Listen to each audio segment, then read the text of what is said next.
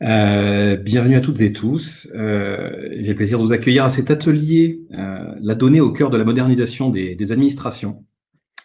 Atelier effectivement qui tourne beaucoup autour de l'action publique, du secteur public. Et j'ai avec moi la chance d'accueillir Carole Leclerc, qui est la directrice de l'innovation et du digital de l'ACOS, qui aura l'occasion de se présenter dans un instant, ainsi que Nicolas Laroche, chargé de mission pour l'OFGL, l'Observatoire des finances et de la gestion publique locale. Je vais commencer par me présenter brièvement. Je suis Mathieu Cale, je suis le fondateur d'un cabinet conseil indépendant qui s'appelle InnoPublica, qui propose aux organisations publiques, privées, un accompagnement sur mesure sur la manière d'exploiter, de valoriser ces données, notamment au service de l'innovation d'intérêt général. Alors, sans plus attendre, d'abord bonjour Carole, bonjour Nicolas. Merci d'avoir accepté l'invitation d'Open Datasoft pour ce Data on Board. Merci d'être là aujourd'hui. Peut-être commencer par vous présenter l'un et l'autre, peut-être l'une d'abord à la personne de Carole. Pouvez-vous nous dire, Carole, voilà, votre mission au sein de l'ACOS et effectivement les fonctions que vous remplissez? Bonjour, donc effectivement, moi je suis Carole Leclerc, je suis directrice de l'innovation et du digital à l'ACOS, c'est la Caisse nationale des URSSAF. En synthèse, notre mission c'est le pilotage, la collecte des cotisations et la redistribution destinée à garantir le financement du modèle social français. On est donc un service public qui a une très bonne visibilité sur l'activité économique. Et donc, ça fait le lien avec la question de l'ouverture de nos données dont on va parler aujourd'hui. Moi, j'ai rejoint donc l'ACOS il y a 2 ans et c'était une création de direction, donc innovation et digital pour favoriser la transformation du réseau des URSSAF. Très bien, c'est très clair et complet. Merci Carole. Nicolas, est-ce que vous pouvez aussi vous présenter, s'il vous plaît? Oui, bonjour Mathieu, bonjour Carole, bonjour à toutes et à tous. Donc Nicolas Laroche, je suis chargé de mission au sein de l'Observatoire des finances et de la gestion publique locale. Je vais aujourd'hui vous présenter notre projet, notre portail Data OFGL, mais je dirais un petit mot, si vous voulez bien, sur l'Observatoire des finances et de la gestion publique locale, qui est une structure particulière, peut-être moins connue, certainement moins connue que l'ACOS. Donc l'Observatoire, c'est une formation spécialisée du Comité des finances locales. À ce titre-là, il est dirigé par le président du comité des finances locales et il est composé au sein d'un conseil d'orientation de représentants d'administration centrale et de collectivités locales issus de ce comité des finances locales. Et la mission de l'Observatoire, c'est de collecter, d'analyser et de partager de l'information sur les finances et la gestion des collectivités locales françaises. Et au sein des… alors, pour ce faire, l'Observatoire, c'est une structure qui existe depuis longtemps, qui produit un rapport qui est réalisé essentiellement par la direction des études de la Direction générale des collectivités locales. Et puis, il y a une équipe dédiée de 4 personnes qui constitue l'Observatoire, qui peut se baser sur l'aide d'un comité scientifique et technique et qui intervient sur les autres missions de l'Observatoire. Et notamment, notre conseil d'orientation nous avait demandé de réfléchir, puis de mettre en œuvre un portail de partage de données financières et de gestion sur les collectivités locales, qui a donné lieu au lancement en début d'année de Data OFGL, dont je vais parler aujourd'hui. D'accord, très bien. Merci Nicolas, merci Carole. Peut-être une première question pour tous les deux. Alors, l'ACOS et ainsi que l'OFGL, en fait, ont déjà une vraie culture de la donnée. C'est pas quelque chose de nouveau. Il y a cette forte culture depuis plusieurs années. Pourtant, les projets Open Data sont plus récents. Ils s'inscrivent dans une transformation profonde de l'administration française. Donc, c'est intéressant de voir que vous êtes aussi pionnier dans cette dynamique. Est-ce que vous pouvez nous parler justement un peu de la genèse de vos projets data, de vos projets Open Data? Dans quel contexte l'un et l'autre ils ont été mis en place? Nicolas, peut-être pour commencer sur cette question. Oui, alors le portail Data OFGL est un projet très, très particulier dans la mesure où l'OFGL n'est pas un producteur de données. Nous travaillons à partir de données qui sont ouvertes par d'autres. Je pense notamment à la Direction générale des finances publiques ou à la Direction générale des collectivités locales. Et nous, notre rôle, en fait, c'est plutôt d'être un facilitateur dans l'utilisation, dans la compréhension de ces données. Alors, comment on en est arrivé à ce point-là? En fait, Mathieu, vous disiez, l'OFGL a une culture de la donnée très forte, hein. On réalise depuis plus de 20 ans maintenant un rapport sur les finances des collectivités locales, qui est une référence en termes de statistiques sur les finances des collectivités. Mais bien évidemment, en plus de ce rapport, les utilisateurs très rapidement veulent aller un peu plus loin et puis trouver les données qui sont derrière finalement les statistiques que nous présentons. Et donc, ça s'est traduit depuis de plusieurs années déjà par une ouverture des données qui sont utilisées pour produire ce rapport, notamment la Direction générale des finances publiques a ouvert de manière très, très large et très importante des données sur les comptes de gestion des collectivités locales, sur la fiscalité des collectivités locales. La Direction générale des collectivités locales publie, elle aussi, un certain nombre de données sur les dotations d'État, par exemple. Donc, il y a ces données qui ont été ouvertes pour permettre cette utilisation plus fine des données. Mais pour autant, même si ces données sont ouvertes, on voit qu'il y a un certain nombre de freins qui font qu'elles ne sont certainement pas suffisamment exploitées ou exploitées au niveau qu'elles mériteraient.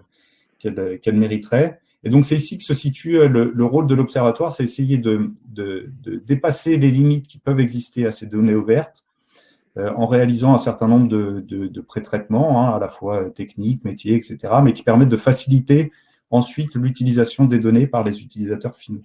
Donc ça, c'est vraiment la spécificité de notre portail, hein, c'est faciliter ce passage de la donnée ouverte et de la donnée brute à une donnée facilement utilisable, plus facilement utilisable en tous les cas, par les utilisateurs. Merci Nicolas. Carole, de votre côté, à la cause, justement, la jeunesse du projet Data et du lab que vous avez monté. Oui, alors bon, clairement, effectivement, on a une culture très forte sur la data. On faisait historiquement beaucoup de publications qu'on produit toujours. Mais c'est vrai que moi, dès mon arrivée et grâce à un sponsoring fort du directeur général de la COS, la question d'un projet d'open data, on va dire dans les règles de l'art, nous semblait être vraiment primordiale. Donc, c'est un des premiers projets qu'on a lancé quand on a créé cette direction. Pour nous, c'était un sujet clé parce que sur le sujet de l'innovation et du digital, on croit beaucoup à l'open innovation. Et dans ce contexte, la question du partage de la data paraissait totalement évidente parce que cette donnée devient vraiment une clé conversationnelle avec nos publics, avec le grand public qui nous connaît d'ailleurs pas forcément très bien ou sous un angle qui est un petit peu réducteur par rapport à ce qu'on apporte à l'économie de manière générale. Donc il y a eu un changement culturel important, hein, puisqu'on est passé de cette logique de publication, d'expertise. On a une très grosse culture statistique et une capacité d'analyse à la COS, à la volonté d'offrir la possibilité au grand public d'exploiter la donnée par eux-mêmes. Donc voilà, on a lancé ce projet Open URSAF, qui est donc notre portail d'open data, mais pas que. C'est-à-dire que c'est vraiment le portail de l'open innovation de notre branche, pour permettre à chacun d'avoir vraiment cette porte d'entrée avec nous pour converser et travailler sur de l'innovation ouverte. D'accord, merci. Effectivement, vous l'avez dit tous les deux, hein, il y avait d'abord une envie, un portage qui était assez fort. Pourtant, quand vous avez lancé vos démarches respectives, est-ce que vous avez rencontré quand même des difficultés particulières? On sait que c'est pas toujours facile à amorcer ces projets-là, même s'il y a une envie, même s'il y a un portage hiérarchique. Et si vous avez rencontré des difficultés, comment est-ce que vous les avez surmontées? Justement, peut-être Carole, pour poursuivre, hein, vous parliez du portage. Est-ce que vous avez rencontré, vous, des difficultés, peut-être un peu en interne, peut-être organisationnelles, peut-être au niveau des équipes? Oui, alors clairement, nous, c'est un sujet. À partir du moment où il y a changement culturel, il faut accompagner ce changement. Donc déjà expliquer que on va partager cette donnée, d'une part parce que c'est la loi, mais surtout parce qu'on y voit un grand intérêt. Donc il a fallu accompagner. On continue d'accompagner. Donc on a certaines directions avec lesquelles ça se passe très bien. Il y en a d'autres qu'on continue à accompagner. C'est assez déséquilibré, mais globalement, nous, ça nous a permis de sortir déjà un certain nombre de jeux de données en moins d'un an et de construire vraiment les fondamentaux pour que cette démarche, elle soit comprise comme étant une transformation, mais qui n'a pas besoin de se faire dans l'urgence. C'est-à-dire qu'on croit beaucoup à la politique des petits pas sur ce sujet et on prend expliquer à chacun en quoi la démarche est importante et comment ils peuvent s'y inscrire de manière très progressive. D'accord. Merci Carole. Nicolas, vous aussi, est-ce qu'il y avait eu peut-être des obstacles ou à surmonter, des points de vigilance que vous avez peut-être justement consacrés au lancement pour que les choses partent sur les meilleures bases possibles? Ouais, alors effectivement, peut-être je parlerai plutôt de points de vigilance. Il y en a au moins 2 sur lesquels on a été très, très, très regardant. Comme je le disais, donc notre projet il est particulier parce qu'on ne produit pas les données, mais on utilise la donnée des autres. Donc on a eu un premier point de vigilance qui a été de bien valoriser les producteurs de données. Il ne s'agissait pas pour nous de faire des choses qui étaient déjà faites, de faire à la place d'eux. Il fallait faire à partir d'eux et faciliter l'utilisation de ces données-là. Puisque le risque, ça aurait été qu'on prenne la place et puis finalement qu'on démotive les producteurs de données à les ouvrir comme ils le faisaient jusqu'à présent. Donc, qu'est-ce qu'on a essayé de faire? On a essayé déjà de toujours bien sourcer les données qu'on utilisait en valorisant les producteurs. On a également essayé de les inclure dans notre démarche. Donc, j'ai cité la présence à côté de l'Observatoire d'un comité scientifique et technique qui nous a accompagnés et qui continue à nous accompagner dans le projet, qui regroupe notamment les producteurs de données sur lesquels on base nos travaux, donc ils sont inclus dans cette démarche-là, de façon à ce qu'ils voient bien et qu'ils puissent nous alerter d'ailleurs sur des éventuelles redondances ou mauvaise utilisation des données qui sont les leurs. Et puis le troisième point, peut-être pour contourner ce point de vigilance, c'est aussi essayer de montrer aux producteurs de données en quelle mesure l'utilisation qu'on peut faire peut leur simplifier à elles aussi la tâche en détournant par exemple un certain nombre de questions. Parce que quand vous ouvrez les données, vous avez très rapidement des questions qui peuvent être des questions, j'allais dire un peu métiers par exemple, sur lesquelles les producteurs n'ont pas forcément du temps à consacrer. Et donc nous, tout ce qu'on peut rajouter en plus, c'est aussi une façon nous semble-t-il, de leur simplifier la vie. Et puis le deuxième point de vigilance que je verrais, c'est dans le cadre de notre comité scientifique et technique, lorsqu'on a lancé le portail, on s'est posé la question de savoir s'il fallait tout rendre public ou pas, avec bien évidemment sur des questions de finance et de gestion des craintes qui pouvaient être légitimes, d'élus par exemple, qui pouvaient voir les utilisations un peu farfelues qui pourraient être faites de ces données-là. Je pense, la presse s'en fait très souvent l'écho, mais le classement des villes les mieux gérées, les moins gérées, on sait, nous, qu'avec des données financières, on ne peut pas arriver à ce type de conclusion, mais on voit que la tentation pourrait être là. Donc ça, c'est aussi un point de vigilance qu'on a, et alors qui passe par l'accompagnement finalement des utilisateurs sur l'utilisation des données. On essaye de leur donner des clés de lecture, de ne pas laisser les données comme ça, mais d'expliquer ce qu'il y a derrière. On essaye également de les accompagner, j'aurai peut-être l'occasion de leur reparler, mais en proposant un certain nombre d'outils de data visualisation, par exemple, qui sont une façon d'orienter, mais au sens positif du terme, en tous les cas, d'accompagner l'utilisateur dans l'utilisation des données. Donc voilà, c'est 2 points de vigilance que moi qu'on a bien en tête sur notre projet. Non, mais c'est intéressant l'un et l'autre parce que je pense que pour finalement les personnes qui vous écoutent et qui lancent leur projet Open Data ou qui sont déjà passés par là, c'est des choses qu'on revoit assez fréquemment, c'est frein culturel, la nécessité de convaincre, d'essayer de politique des petits pas, de rassurer, parce qu'il y a un certain nombre de lieux communs, notamment dans la sphère publique locale, la question des finances publiques locales, la crainte d'être parfois stigmatisé sur la gestion et parfois justement que la presse en fasse leur chou gras. Donc c'est intéressant de montrer que petit à petit on arrive aussi à convaincre de la pertinence de cette logique open data. Vous avez maintenant l'un et l'autre un peu plus ou quasiment 1 an de recul par rapport au lancement de vos projets, donc vous n'êtes plus tout à fait au point de départ. Est-ce que justement avec ce recul, vous pouvez nous dire comment vos projets data ont évolué? Comment vous avez vécu d'ailleurs cette première année, la première année peut-être un peu particulière aussi côté URSAF, côté ACOS, dans un cadre évidemment avec la pandémie qui a touché aussi la France, qui a peut-être impacté vos travaux, Carole? Oui, alors nous, on a lancé Open URSAF en mars, donc vraiment quelques jours avant le confinement. Donc la manière dont s'est passée cette année, on va dire, il y a deux volets. Il y a le volet interne où on en a vraiment profité pour structurer cette activité en considérant que ça devenait une activité structurante pour nous et qu'il fallait donc pas se louper. Donc on a construit un réseau des correspondants Open Innovation dans toutes les directions. On renforce la question de la gouvernance de la donnée parce qu'on voit bien que c'est un élément clé pour proposer de la donnée propre et exploitable. On souhaite organiser prochainement un datathon pour mettre en évidence la valeur de ces données. Et sur le volet externe, effectivement, on a mis en ligne un peu plus d'une vingtaine de jeux de données sur le thème de l'observatoire économique. Et c'est finalement des données qui ont été très sollicitées pendant la crise sanitaire, puisque ça permettait d'avoir de la visibilité sur comment les mesures exceptionnelles, donc tout ce qui était en lien avec la crise. Et pour vous donner un ordre d'idée, on a eu plus de 2500 téléchargements sur ce type de données. Donc, pour un portail open data sur lequel on n'a pas non plus énormément communiqué parce que on était en pleine crise sanitaire, les publics ont réussi à trouver l'information dont ils avaient besoin. D'accord, très bien.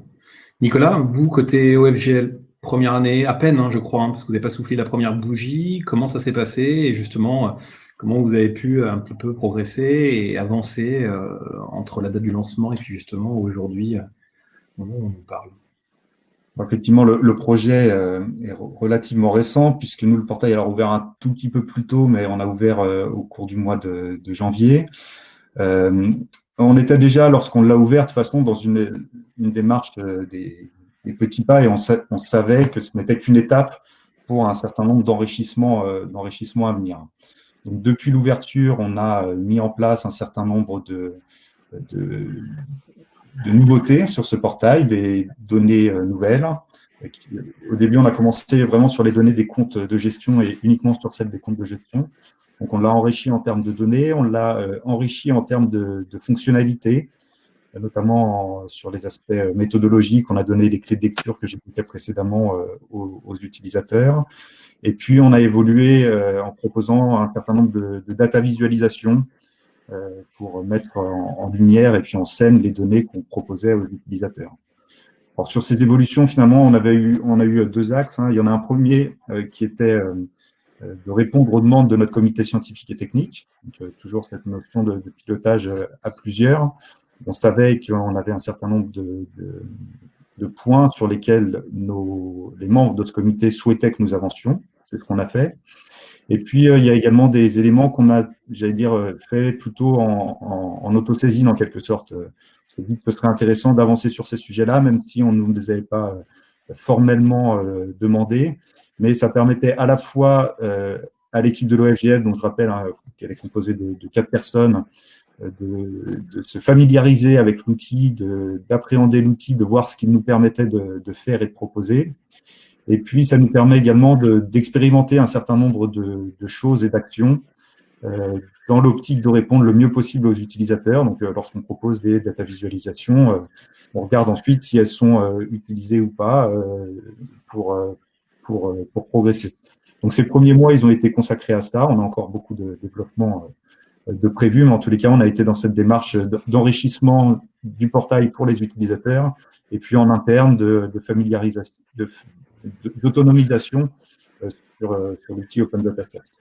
D'accord. Justement, j'invite à tous les participants à surfer aussi sur les portails respectifs open.ursaf.fr et puis celui de l'OFGL, data.ofgl.fr. Vous pourrez voir déjà le travail accompli en quelques mois, les initiatives connexes à ces deux portails. Donc, c'est effectivement assez surprenant, notamment aussi côté OFGL.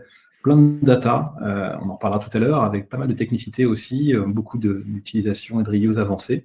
Parler d'autonomisation, Nicolas, je voulais juste revenir là-dessus, justement, avec la création de l'observatoire et de toutes ces réutilisations que vous avez faites. Alors, comment vous avez réussi à permettre, à faciliter cette autonomisation. Est-ce que vous avez utilisé des outils? Si oui, lesquels? Est-ce que vous pouvez nous en parler? Effectivement, on a, depuis le lancement, fait un certain nombre de développements qui ont été réalisés pour leur grande majorité en interne, hein, donc avec l'équipe de l'OLGL.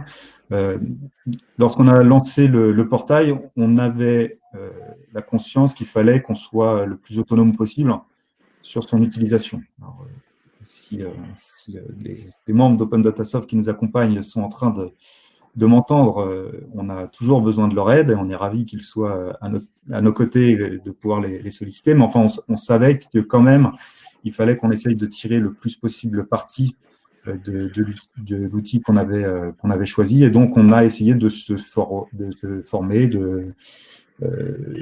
en interne sur l'outil Open Data Soft. Et alors, c'est passé par l'expérimentation que j'évoquais, hein, rien de plus efficace pour se former que de faire. C'est ça, c'est effectivement ce qu'on dit, c'est mettre la main à la pâte, manger sa propre pâté pour chien, to eat your own dog food, souvent. Donc, vous avez mis les mains à la pâte, ce qui n'est pas toujours évident, j'allais dire, parce que parfois, on aimerait que ça se fasse un peu tout seul. Il y a les équipes d'Open Data Soft, d'ailleurs, qui répondent en disant « on est là, on vous écoute », donc ils sont très attentifs. Et effectivement, ils aident, mais c'est bien aussi de pouvoir s'autonomiser. Donc, c'est intéressant, ce témoignage, d'aller le plus loin possible. Peut-être justement aller le plus loin possible, être le plus visible. Carole, souvent, les gens se figurent mal, non seulement ce qu'est la cause, parce que on ne sait pas forcément ce que c'est, mais même les URSAF, c'est parfois quelque chose d'un petit peu lointain pour le public. En quoi l'initiative, finalement, Open Data et le lab, et finalement d'innovation ouverte, peut être un vecteur aujourd'hui, finalement, de rayonnement, de compréhension de ce qu'est fait l'URSAF, de son métier. Est-ce que vous en servez justement comme un levier aujourd'hui finalement, de communication? Alors, déjà en communication interne, c'est-à-dire qu'effectivement, pour accompagner ce changement en interne, quand on rencontre des personnes qui parfois nous disent qu'elles ont l'impression qu'on les dépossède de leurs données, c'est aussi un bon moyen de rappeler que l'open data, c'est quand même très réglementé, hein, et on est censé expliquer clairement d'où viennent les données qu'on réexploite. Donc, nous, par exemple, on est ravis de constater les premiers exemples de réexploitation sur les portails open data des régions Centre-Val de Loire ou Occitanie. Ça, pour moi, c'est une réussite parce que ça veut dire que finalement, la marque URSAF, elle va rayonner au-delà de nos propres sites, au-delà de nos propres communications. Donc, c'est vraiment une valorisation de notre mission au-delà de ce que nous, on peut réaliser. Donc ça, pour nous, c'est important. C'est aussi important de rappeler que en partageant cette donnée, c'est une manière de partager la valeur qu'on a collectivement contribué à créer, que ce soit les acteurs économiques ou nous en la retravaillant. Donc on partage ce bien commun et ça permet de donner à voir l'URSSAF sous un autre angle quelque part. Certes, effectivement, on fait la collecte des cotisations sociales, mais pour une très bonne cause, hein, puisque c'est le financement de notre modèle social. Mais au-delà de ça, on a cette information sur toute l'économie française. Et nous, on croit beaucoup au fait qu'il y ait des réexploitations extraordinaires qui, là aussi, vont permettre aux acteurs économiques d'aller plus loin, de créer de nouveaux services, de créer des études de marché plus pointues pour optimiser leurs propres activités. Donc, c'est en ça que ça contribue à montrer l'URSSAF sous un autre angle et que c'est forcément bénéfique pour tout le monde. Très bien. Merci. Effectivement, pour ces témoignages-là, je me fais aussi l'écho de Jennifer. N'hésitez pas à poser vos questions. On va arriver assez vite à ce jeu de questions-réponses. On va pour le coup les agréger les unes après les autres et puis les poser ensuite à Carole et Nicolas pour qu'ils puissent vous répondre. Carole, finalement, vous avez aussi en creux parlé des personnes à qui vous destinez ces outils, du public. Justement, est-ce que vous avez l'un et l'autre des retours aujourd'hui de vos publics? Est-ce que les cibles que vous aviez imaginées sont les mêmes? Est-ce que vous avez engagé un dialogue avec elles, Nicolas, sur la question des cibles et du public, justement, utilisateurs et utilisateurs des données? Sur ce point, on a pour l'instant des bons retours sur l'utilisation du portail. Depuis qu'on a mis en place un outil de suivi des utilisateurs, on a environ 450 utilisateurs par semaine qui nous semble, sur un sujet qui reste un sujet, celui des finances et de la gestion, si ce n'est de niche, en tous les cas, de passionnés. Donc, on considère qu'on a aujourd'hui une bonne fréquentation du site, en sachant qu'on avait 2 cibles. Finalement, il y avait le premier cercle de l'EFGL, les membres du comité scientifique et technique, l'administration centrale et représentants d'élus locaux ou d'agents territoriaux, où on savait que sur les premières fonctionnalités qu'on mettait en place, on répondait notamment à leurs besoins. Donc ça, on savait clairement où on allait, et ils sont assez satisfaits des premiers développements faits. Et puis après, ce que j'évoquais un peu précédemment, on avait aussi quand même donné la possibilité d'élargir les cibles finalement au grand public. On n'avait pas mis de barrière à l'utilisation des données du portail, et donc il est ouvert à des chercheurs, à des étudiants, à la presse, finalement à toutes les personnes qui s'intéressent au sujet et qui ont envie d'accéder à ces données-là. Voilà, si j'illustre un tout petit peu mon propos, on a vu pendant la période des élections municipales, par exemple, des candidats putatifs qui s'intéressaient aux données, qui commençaient à essayer de réfléchir, comparer leur collectivité, réfléchir aux marges de manœuvre dont elles disposaient. Donc, c'est peut-être pas forcément une cible qu'on avait adressée dès le départ. On a vu qu'ils ont utilisé les données. D'ailleurs, c'est assez intéressant de voir que la crainte que j'avais évoquée d'une mauvaise utilisation des données, qui aurait pu avoir lieu dans une période comme la période des campagnes, où on n'est pas toujours que dans le rationnel et où la mauvaise foi peut parfois jouer un petit peu, et on n'a pas vu d'utilisation farfelue des données, donc ça validait plutôt la stratégie d'ouverture en public retenue. Après, il nous reste à affiner quand même la connaissance des utilisateurs, d'où la mise en place d'un outil de suivi un peu plus fin, pour essayer de mieux mesurer et mieux comprendre qui utilise, et puis pour faire évoluer en fonction des utilisations effectives. D'accord. Ouais, donc, effectivement, fantasme, une mauvaise utilisation parfois qui s'est estompée, y compris dans des moments un peu parfois tendus de campagne électorale, et quand on brandit les chiffres de gestion du sortant. Carole, même question sur les publics, et peut-être aussi, voilà, est-ce qu'ils ont évolué? Et peut-être d'emblée aussi d'évoquer, et Georg Marchesso pose la question, c'était la question d'ailleurs corollaire de celle-ci, public externe, oui, des publics internes aussi, est-ce qu'ils se sont appropriés, est-ce qu'il y a eu un impact finalement aussi? C'est le sujet, hein, effectivement, souvent on pense à un public des cibles externes, et on peut s'apercevoir qu'en interne, finalement, on est les premiers réutilisateurs. Est-ce que vous avez constaté ça? Voilà, public externe, public interne, comment ça s'est passé? Ouais, alors sur le public externe, effectivement, comme Nicolas, hein, on voit bien qu'on touche à la fois les journalistes, les chercheurs, les étudiants, les entreprises, nous les fédérations aussi, donc très très large. On a envie de mieux les connaître parce que Nicolas l'a évoqué aussi, cette question de la data vise. C'est clé pour une bonne appropriation de la donnée, c'est la promotion de la data, et donc on a besoin de mieux les connaître pour comprendre exactement quelle typologie de données les intéresse. Donc mieux les connaître pour avoir plus d'échanges avec eux et construire des data vises et aller peut-être creuser les jeux de données à des mailles plus fines qui correspondent à leurs attentes. Donc ça fait vraiment partie des travaux qu'on a engagés.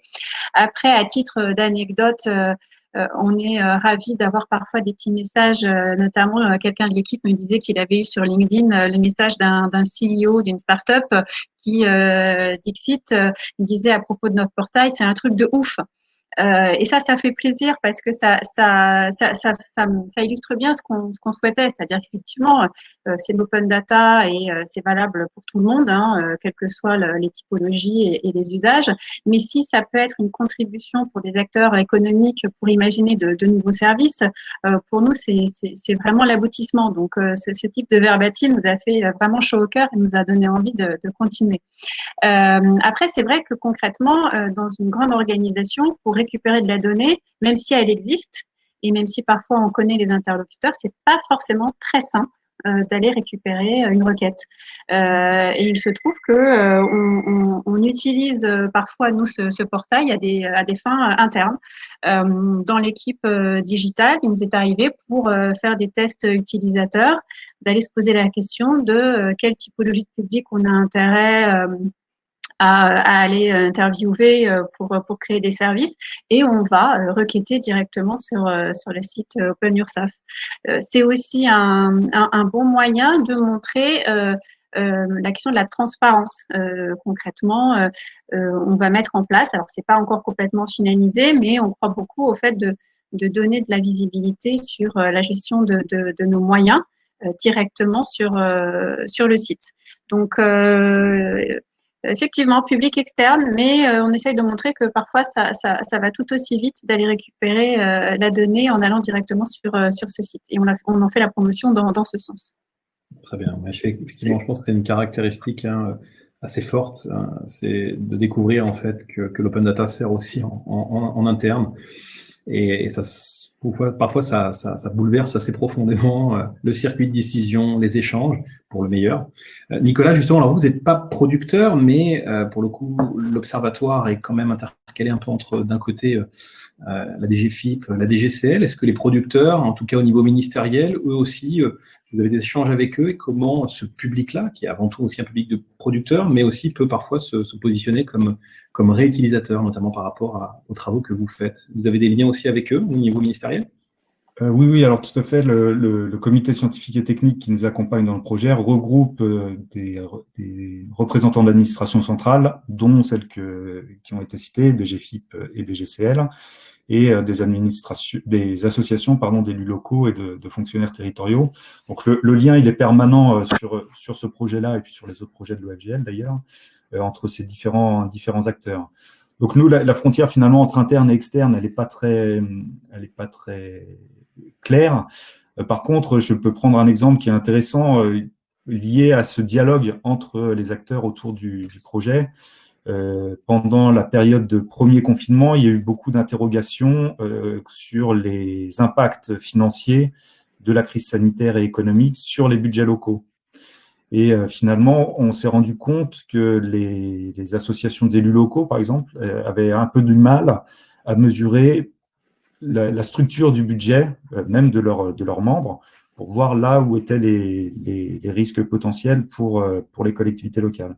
Et donc, dans les discussions qu'il y a eu autour de la donnée, on a produit pour le compte des acteurs, des membres de ce comité scientifique et technique, un jeu de données spécifique qui permettait de comprendre finalement la structure des recettes des collectivités locales, membres de ces différentes associations, et donc de mesurer la sensibilité plus ou moins forte de la crise sanitaire sur les finances locales et sur les budgets de ces collectivités. Donc voilà, autour finalement du dialogue autour de la donnée, a émergé ce besoin qui était un besoin partagé finalement, très interne, hein. Ce n'est pas des données qu'on a ouvertes ensuite au grand public, mais qui ont permis de contribuer à finalement la réflexion partagée des uns et des autres.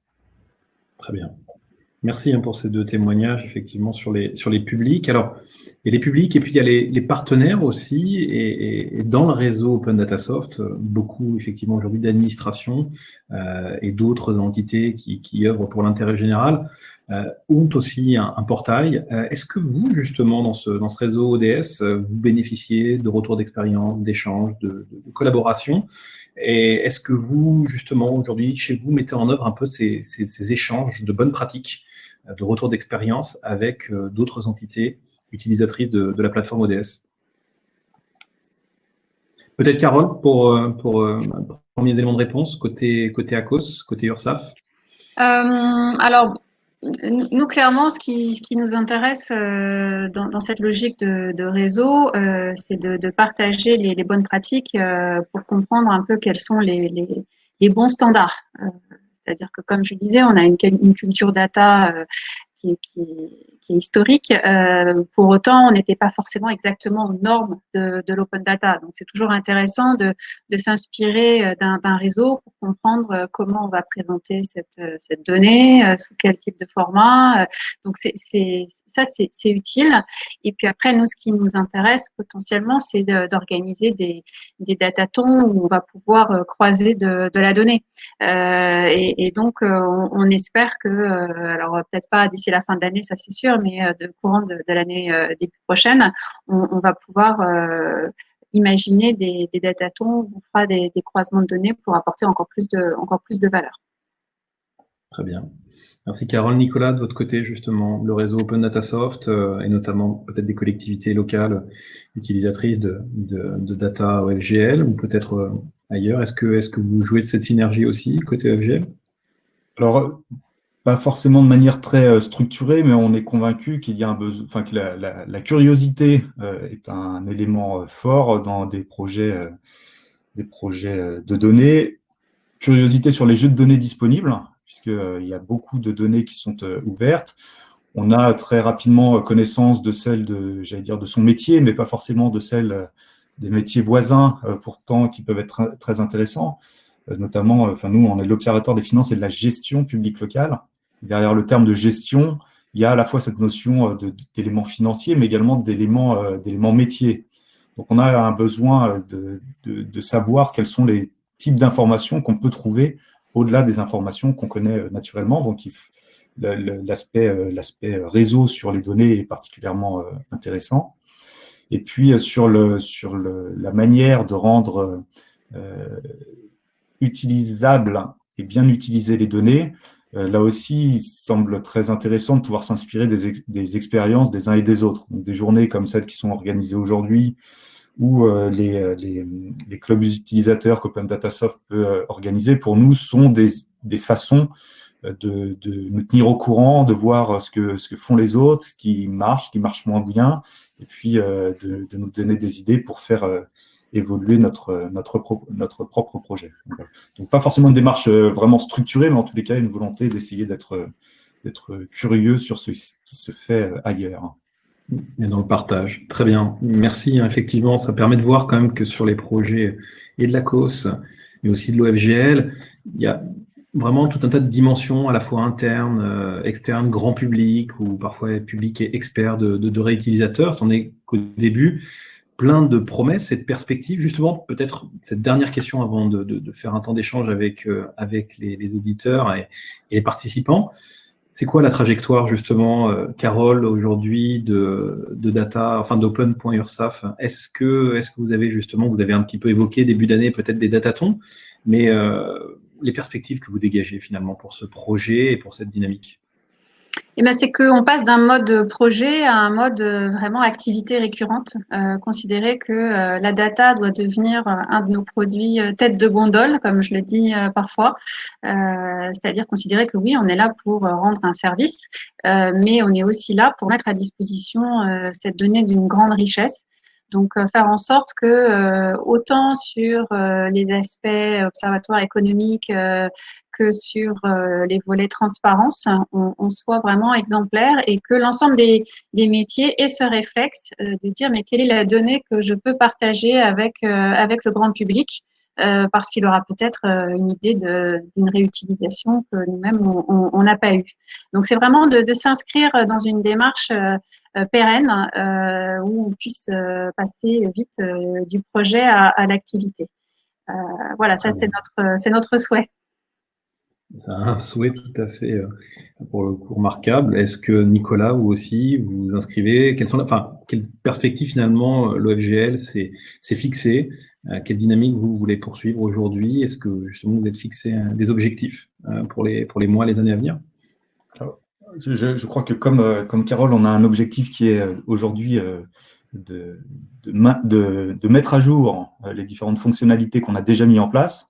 Donc, on a vu qu'on avait des attentes et des utilisations de ces fonctionnalités-là. Donc, on va maintenant s'inscrire dans le temps long. Hein. Il faut que les données soient actualisées régulièrement, que les fonctionnalités en place soient également actualisées. Donc, on a tout ce travail d'actualisation de l'existant. Et puis, en parallèle, comme je le disais, on est dans une démarche des petits pas et des évolutions qui se suivent, et donc on a d'autres développements en perspective, à la fois sur les données. Par exemple, notre comité scientifique et technique souhaite que nous travaillions sur les données fiscales, qu'on n'a pas encore abordées, donc sur lesquelles on va s'atteler, et puis certainement sur d'autres éléments. Donc il y a la phase d'actualisation, il y a les parties nouveautés, et puis tout ça, il faudra le faire en observant les usages effectifs des utilisateurs, de façon à orienter l'existant et puis orienter les nouveautés. J'ai évoqué la mise en place d'un outil de suivi des utilisations et il faudra qu'on prenne le temps de voir vraiment comment les utilisateurs agissent sur le portail, puisque c'est quand même eux qui font la valeur des données qu'on met en ligne. C'est vraiment l'utilisation qu'ils en ont, donc on va travailler particulièrement sur ce point-là. D'accord, très bien. Merci à tous les deux pour ces réponses aux questions qui vous ont été posées. C'est très clair. Justement, pour rebondir, Nicolas, je vais maintenant me faire une porte-parole un peu des questions qui sont posées dans le chat, et une qui est posée par Yann Lejeune. Vous parliez de la question du public, peut-être que Yann est réutilisateur, mais posez la question quand même du travail que vous faites, et notamment, est-ce que cela a nécessité un gros travail de raffinage des données en interne? Donc, question assez technique, est-ce que vous aviez des outils? Parce que c'est vrai qu'il y a quand même une masse considérable de data qui viennent d'abord d'un peu partout, de toutes les collectivités locales françaises. Est-ce qu'aujourd'hui, vous êtes d'un stade où vous travaillez un peu à la mano, où vous avez réussi un petit peu à industrialiser, automatiser aujourd'hui la collecte de ces données, leur mise en qualité? Alors, l'équipe de l'OFGL, c'est 4 personnes. On est une petite équipe avec des parcours un petit peu différents, mais toujours une culture de la donnée très, très forte. Alors, plutôt, j'allais dire, une culture un peu statistique. Et donc, on utilise des données, enfin des outils techniquement liés au traitement stat. Notamment, on travaille beaucoup sur R, qui permet de gérer et de travailler sur des grosses bases de données de manière assez efficace et performante. Donc oui, il y a beaucoup de travail, j'allais dire, en amont du portail pour transformer les données brutes qu'on utilise, les balances comptables de la DGFiP par exemple, et pour générer les jeux de données qui ensuite alimentent le portail. Après, on n'est pas non plus des informaticiens, donc notre limite, il y a un endroit où on a une limite, clairement, dans la capacité peut-être d'automatiser encore plus les traitements qu'on réalise en interne. D'accord. Alors, une question accessoire, mais celle-ci, je pense qu'elle va être plus difficile, enfin pour vous, Nicolas, d'y répondre, mais l'OFGL, effectivement, est quand même très orienté vers le secteur public local. Yann Lejeune pose la question de savoir si, sur la question de la gestion publique de l'État, finalement, aujourd'hui, on aurait des initiatives un peu similaires. Est-ce que vous avez connaissance de ça ou pas? Est-ce que c'est quelque chose, justement, qui inspire? Vous travaillez aussi avec Bercy, finalement, parce que c'est vrai, à ma connaissance, alors il y a un portail quand même, le ministère des Finances, mais dans l'aspect observatoire, gestion publique, peut-être effectivement des dépenses de l'État, ou en tout cas des fonds de l'État, est-ce que c'est des choses pour lesquelles vous avez peut-être des informations ou pas? C'est une des questions qui est posée. Je ne voudrais pas répondre au nom des différents ministères, parce que je ne suis pas habilité à le faire. Pour autant, Mathieu, vous l'évoquiez, il y a des outils d'ouverture des données de l'État qui sont très, très performants. DataGouv, que tout le monde connaît, Data Economy, qui est le site des ministères des Finances, qui a ouvert aussi il y a quelques mois et qui est très, très riche. Et puis autour de ces données, il y a beaucoup d'initiatives qui sont menées par les ministères. Il y avait en début d'année un hackathon qui s'appelle, alors je ne suis plus tout à fait sûr du nom, c'est DataFin, je crois. DataFin qui s'est traduit par la mise en place de projets au sein de ministères qui utilisent ces données ouvertes pour apporter un service soit interne, soit externe. Donc il y a beaucoup d'initiatives effectivement qui existent. D'accord, très bien. Carole, peut-être une question aussi pour vous. Vous l'avez évoqué tout à l'heure, mais en quoi justement qu'est-ce qui a impliqué finalement l'épisode Covid du côté de votre direction, du côté aussi justement de la COS? Comment est-ce qu'on s'adapte? Vous l'avez un petit peu évoqué au début, mais comment on s'adapte justement dans les équipes de la COS quand on est au milieu un peu de la tempête et que ça bouge énormément, notamment sur le plan de l'économie, plan des cotisations aussi. Et est-ce que justement c'est plutôt quelque chose qui est un facteur d'accélération chez vous et qui vous permet d'être encore plus comment dire, de permettre de répondre aux attentes, pardon, des interlocuteurs qui cherchent de la donnée de ce type? Oui, donc clairement, quand on est sur une crise de cette ampleur, nous on a été un peu sur tous les fronts, mais ce qui a été intéressant, c'est que sur la question de la communication des données clés pour permettre de comprendre notamment quelle était l'ampleur de cette crise, le portail a joué son rôle à 100%. S'il n'avait pas existé, on aurait pu publier les éléments d'une autre façon.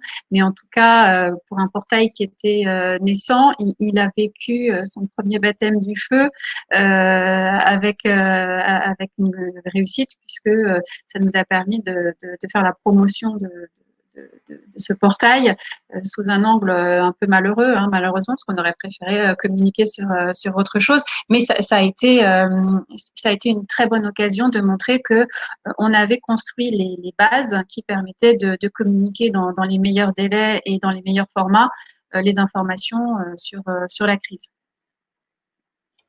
D'accord, très bien. Merci aussi, hein, Carole, pour ce témoignage. Peut-être aussi une question pour tous les deux. Il me semble qu'aujourd'hui, les initiatives que vous portez vont gagner effectivement en écho.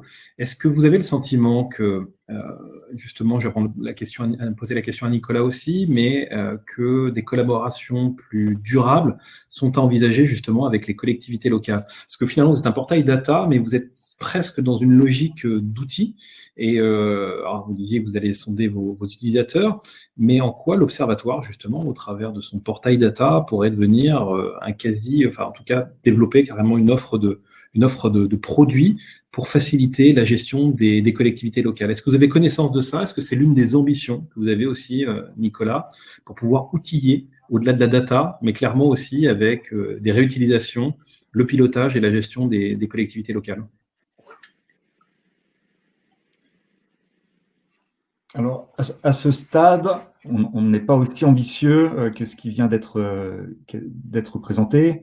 Bien évidemment, on observe, on essaye d'identifier les réutilisations qui sont faites de nos données.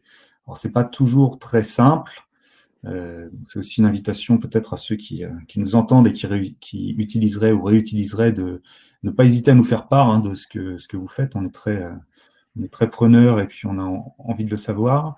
On a pu voir certaines collectivités qui réutilisaient effectivement leurs données, donc finalement qui mettaient à disposition sur leur propre portail les données concernant leur collectivité ou leur territoire. Et donc ça, nous en sommes ravis, parce que ça veut dire que finalement, il y a un certain nombre, tout le travail qu'on évoquait précédemment de calcul d'agrégat, par exemple, qu'aujourd'hui on fait en interne, c'est quelque chose finalement qui permet d'être mutualisé. Donc ça nous va très bien. Effectivement, l'étape, j'allais dire, un peu suivante, ce serait de permettre de faire de ces données des véritables éléments de pilotage de l'action publique. Alors c'est beaucoup plus ambitieux, c'est beaucoup plus complexe. Ça rejoint ce que je disais aussi un peu précédemment, mais le croisement avec des données qui ne sont pas forcément celles que nous maîtrisons, puisque le côté politique publique, c'est à la fois du financier, mais c'est aussi et surtout du métier. Enfin, c'est le croisement de ces éléments-là. Et donc, c'est dans le dialogue avec des professionnels du transport, de l'action sociale, etc., qu'on pourra certainement progresser sur les aspects de gestion. Et puis, si on arrive à progresser suffisamment, arriver à des véritables indicateurs de pilotage de l'action publique locale. Mais là, c'est quand même un horizon. Oui, c'est un horizon, mais c'est l'une des questions. Ça rebondit aussi dans l'assistance en la personne de Jean-Michel Bernabotto. Bonjour Jean-Michel, qui pose la question au-delà du pilotage, même de la dimension peut-être prédictive de l'IA aussi. Est-ce qu'à un moment, on peut imaginer qu'avec les données, et là, je laisse la parole à Carole, mais Nicolas, est-ce qu'on peut imaginer justement que dans l'aide au pilotage, dans l'assistance, on puisse dégager des vraies tendances, des choses qui pourraient permettre aux collectivités de prendre les meilleures décisions auprès des décideurs publics, hein, des élus locaux ou en tout cas de leurs directeurs financiers. C'est une des vraies questions aujourd'hui, cette dimension peut-être prédictive, peut-être IA, ou est-ce que c'est vraiment encore beaucoup trop tôt? C'est des choses sur lesquelles aussi vous réfléchissez ou sur lesquelles on vous a challengé? Aujourd'hui, non. On n'est pas allé aussi loin que ça. C'est des sujets qui sont complexes. pas que techniquement d'ailleurs, hein, même en termes de modélisation. Ce qu'on sait sur les données financières aujourd'hui, c'est que certes, elles sont utilisées par les collectivités pour se comparer, pour se positionner, pour communiquer, pour prendre des décisions, mais elles ne sont pas suffisantes en tant que telles pour porter un jugement et donc pour pouvoir véritablement donner une orientation sur une politique publique. Parce qu'il y a quasiment autant de cas de figure qu'il n'y a de collectivités locales, en termes d'organisation des services publics, par exemple, d'organisation territoriale. Donc, il y a un univers qui est trop compliqué aujourd'hui pour pouvoir dire qu'un indicateur est suffisamment solide pour orienter à lui seul une politique publique. C'est une batterie d'indicateurs, c'est un mélange de choses existantes qui permet, avec la connaissance d'un territoire, d'utiliser les bons indicateurs pour piloter. Mais finalement, j'ai presque envie de dire, c'est chaque territoire qui est le mieux placé pour utiliser les bons indicateurs pour piloter lui-même sa propre politique publique, ses propres politiques publiques. Très bien. Bah, écoutez, ça va peut-être conclure nos échanges. Je vois qu'il est 14h40 et que la prochaine séquence arrive dans quelques minutes. Je tenais à vous remercier, Carole et Nicolas, pour ce témoignage très, très, très inspirant. Il y aura encore d'autres questions, je vois, Olivier. J'aurai l'occasion peut-être de te répondre aussi là-dessus en lien avec Nicolas. Mais merci à toutes et tous d'avoir participé à cet atelier autour de la modernisation de l'action publique et notamment avec les témoignages de la COS et aussi de l'OFGL. N'hésitez pas en tout cas à faire suivre vos questions s'il y en avait d'autres complémentaires. Et puis, je vous dis bonne fin de séquence à tous, bonne fin de Data on Board sur les prochains ateliers. Merci et à bientôt. Merci, au revoir.